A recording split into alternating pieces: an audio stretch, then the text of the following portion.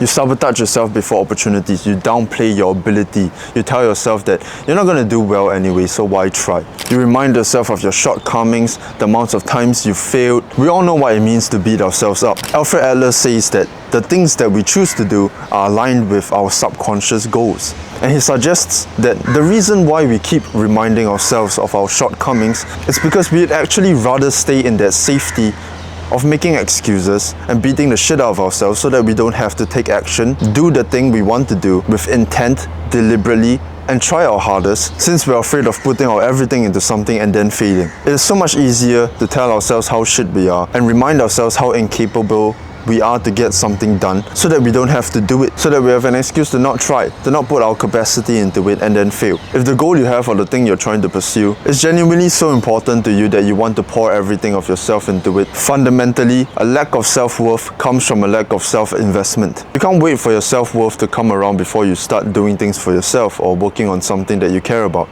with intent. I'm willing to bet that you don't give a shit about your circadian rhythm and you don't sleep properly. You don't take care of your physical health and what you're putting in your mouth. Now, I say this so often because they are absolute fundamental to our mental health. When we have tremendously bad hormonal imbalances, it's going to reflect in the way we carry ourselves. Here's how to tell if you're making excuses from taking action. If you want to get things done and stop beating yourself up, let's think about this, right? If somebody put a gun to our parents' head and said that if you don't get tremendously or remarkably better at this than you already are by this date, I will blow your parents' brains out. What will we do on a day-to-day basis to get so tremendously good at that? How will we orient our lives? How would our habits look like? How will we optimize in every way? And then we compare that to what we're doing now and realize that we're not even getting 10% of what we could do done. And of course, that's a bit of an extreme example.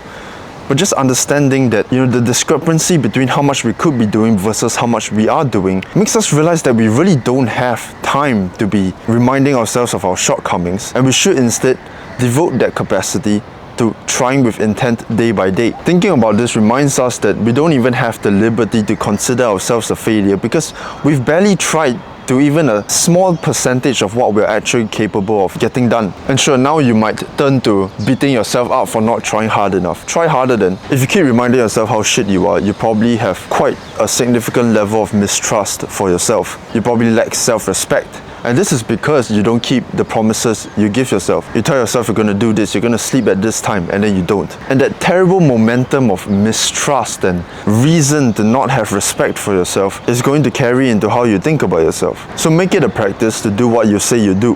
Fundamentally, taking care of your health will extend into everything you do, will extend into how you think about yourself. That self-investment is so powerful, it keeps your mind healthy, it keeps you cognitively sharp, and it builds productive momentum that will stretch into everything we do. And when you find that actually doing the things that will bring you towards your goals is so much more important than thinking about it, than reminding yourself how much of a failure you are, you just start to question, is there really time for me to be sitting here and thinking about all that nonsense? Let's just get the work done. Because those thoughts, your brain reminding you how retarded and useless you are so useless. Why not we just reframe it entirely as an excuse? Sure, these pointless thoughts keep coming up, and we have to work through that with a lot of mindfulness, with a lot of deliberate, focused blocking out of thoughts, and that's going to be difficult. But if we reframe it entirely into an excuse that we want to stay in the safety of not doing anything and not trying at all so that we don't have to face failure, then now if we actually want to win, if we are a conscientious person, we're going to see those thoughts as completely redundant and a waste of time and a waste of capacity and effort. And whenever those thoughts come up, we can instantly connect the dots and go, stop making excuses, let's get back into work. And bam, easier said than done,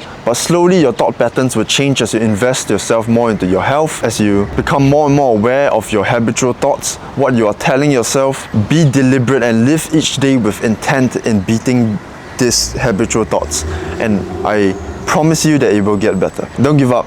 You got this. I love you. Good luck. It's a better world.